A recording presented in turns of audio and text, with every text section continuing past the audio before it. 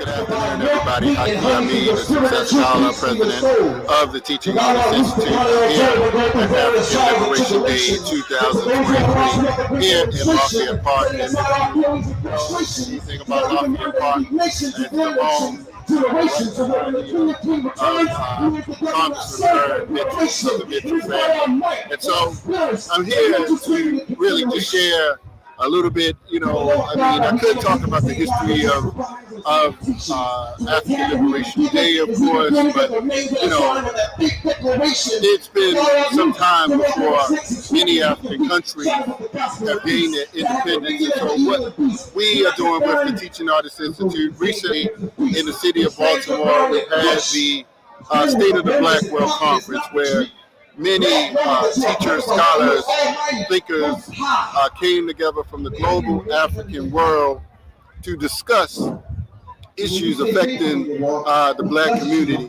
In the Teaching Artists Institute, we were happy to partner with the Hip Hop Caucus and the Hip Hop Congress for the first time, bringing both of those together in the city of Baltimore. A few months before, we went to the United Nations for the African Day of the Woman, and we will be going back to the United Nations this week for the Permanent Forum, the second meeting for the Permanent Forum for people of African descent. And so last year in Ethiopia is where they have the African Union. And we're looking forward. Earlier, brother spoke about Zimbabwe and lifting the sanctions on Zimbabwe. And so the Teaching Artists Institute, we will have a conference in Zimbabwe this year, and next year we will be in Ethiopia for our 8th annual Artisan Conference. And so we're excited about this opportunity. So looking forward, you can visit us, Teaching Artists Institute, on Facebook to learn more information.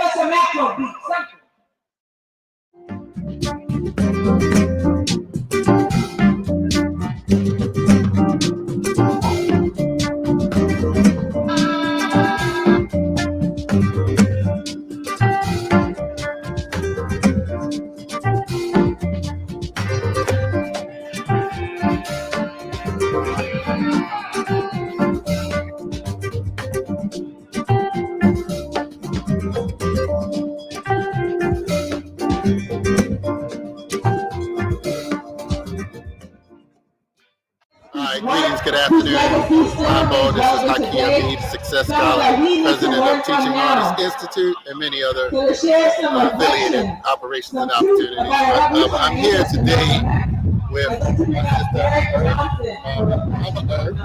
here, and she is the Lady President of the UNIA Division 106, and she is she is a coordinator of this African Liberation Day, Baltimore coordinator for this amazing event, and I'm just excited to have her here.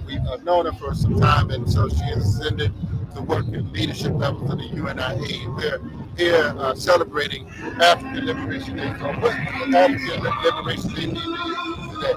African Liberation Day means freedom. That you move when you're free.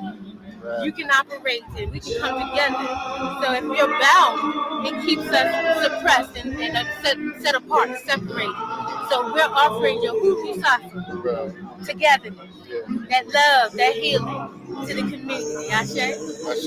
And so understanding the work that Garvey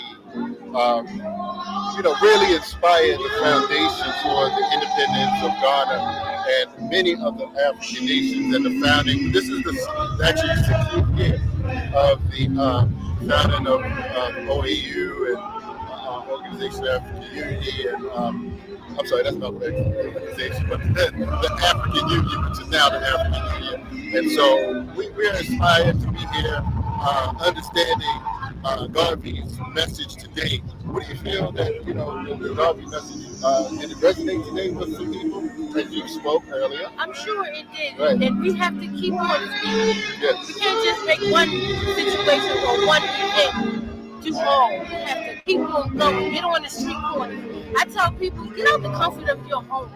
Get on these street corners and go onto the street corners that is not comfortable.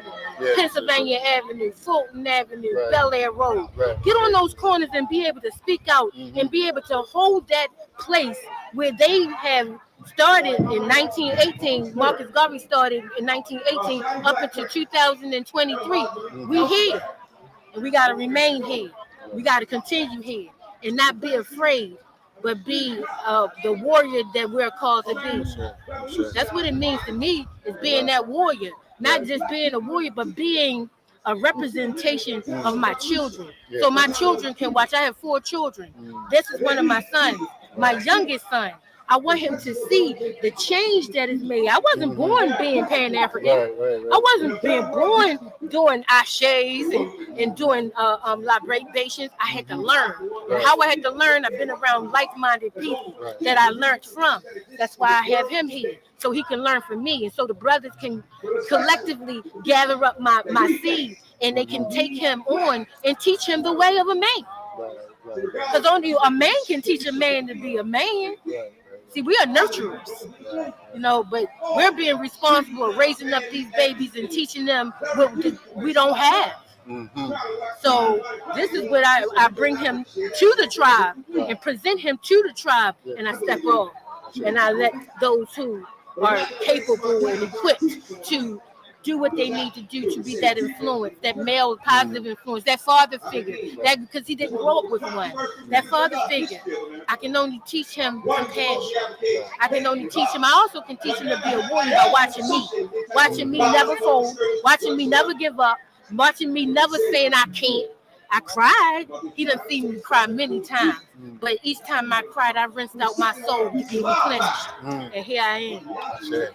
All right, well, thank you very much. You're welcome. Thank you very I much appreciate for you bringing too. us to Baltimore. Thank you. Greetings, good afternoon, my Lord. Peace and blessings, everybody, in free the land. This is Haki, Ammi, the Success Scholar. I'm here with my good brother, Mwalimu Curtis Warren. You know what the title Mwalimu means. In Swahili, it means teacher. So we're here for African Liberation Day. It's been going on for many times in the city of Baltimore. Many people come from all over, many places. I saw some people from Florida here for African Liberation Day 2023. And so, Brother Curtis, greetings and welcome, brother. I'm glad you're here to enjoy this beautiful sunny day. So what do you think so far about African Liberation Day, and what does it mean to you, brother? Very powerful. One, first and foremost, giving thanks to the ancestors and all of those elders who keep their traditions. Yes. We say that the circle may be unbroken, and we say ashe to that. Right. It's an honor when people are carrying on the traditions of our ancestors. First, honoring our way, so that the way will be unbroken, and we will continue on these beautiful traditions. I've had a chance to meet people too from all over the country, and I overheard that this was one of the oldest, if not the oldest, African Liberation Day. So it's an honor that those elders keep the tradition, and that the circle will be unbroken. And it's an honor to sit and talk to Brother Haki. We've been knowing each other for over 25 years, and he is one of those people that are at the vanguard, who stand in the watch that our way will continue being permeated through the Teachers Artists Institute here throughout the continent. And it's just an honor to come and be with so many beautiful people from Baltimore and other places abroad.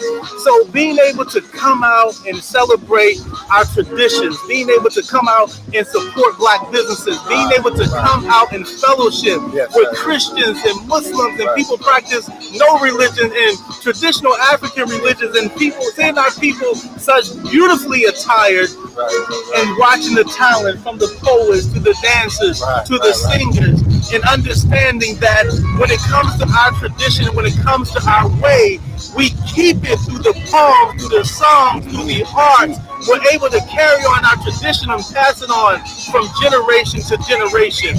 So it's an honor when we see those people that are keeping up with the tradition. So whenever I get an opportunity to come and partake in an event like that and see the young people, the young, our tutus and the young people being able to come and sit at the feet of the elders.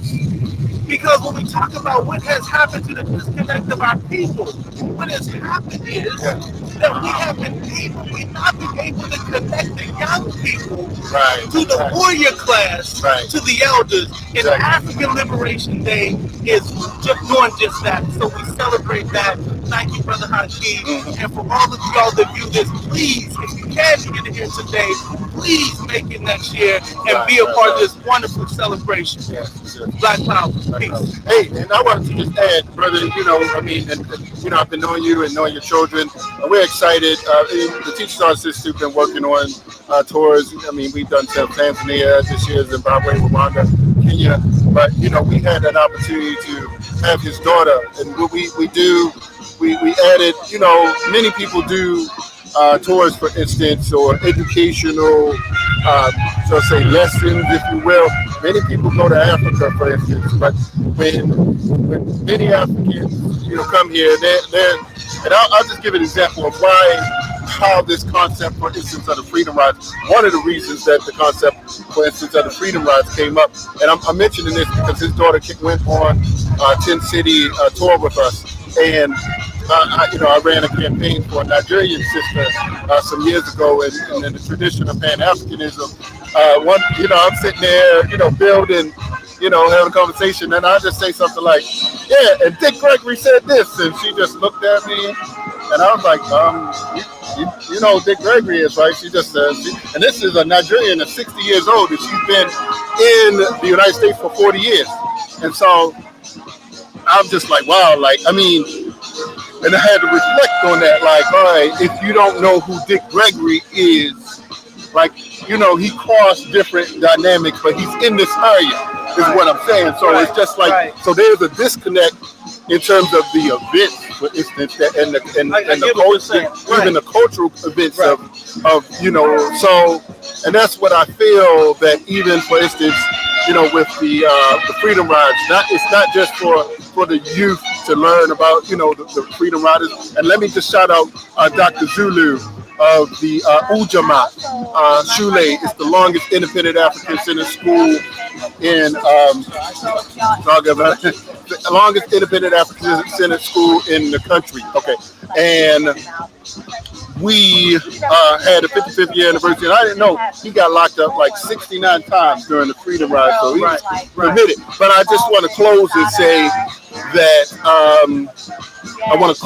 and say that we put this together, not just for young people, but for continental Africans. And we do have Kenyans tentatively that may go on this year. But, in terms of your experience with your daughter, just build on that really quick. Let me build on that, because I think that's very important, because some of us don't understand that when we went through the Civil Rights Movement, when we went through the Black Power Movement, that the continental Africans were not necessarily impacted, and they didn't go through the same struggle. So they don't know our history. They only know our history through the lens of what the European has told them. So when we deal with the Freedom Rides and being able to take Black children from the inner city, take them outside of their home circumference, being able to travel throughout the South, and being able to see different things that happened in the Civil Rights Movement, we take for granted that the Civil Rights Movement was a universal movement in principle, but a lot of our people throughout the world are not aware of the sacrifice that we made. Thank you for allowing me to share that.